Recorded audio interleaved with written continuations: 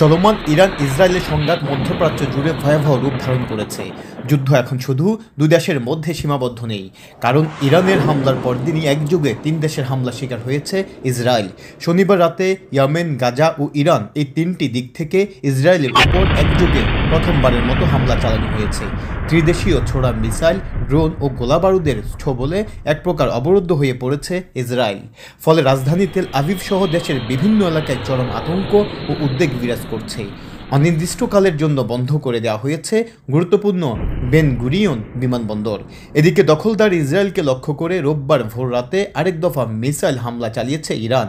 ইরানের শক্তিশালী এই হামলায় ইসরায়েলের ভবন বিধ্বস্ত, দুমড়ে মুচড়ে গেছে গাড়ি।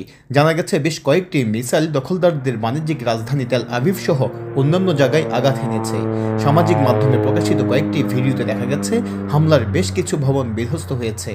আন্তর্জাতিক সংবাদ মাধ্যমগুলো জানাচ্ছে সর্বশেষ হামলায় অনেক হতাহত হয়েছে, যাদের হাসপাতালে নিয়ে যাওয়া হচ্ছে।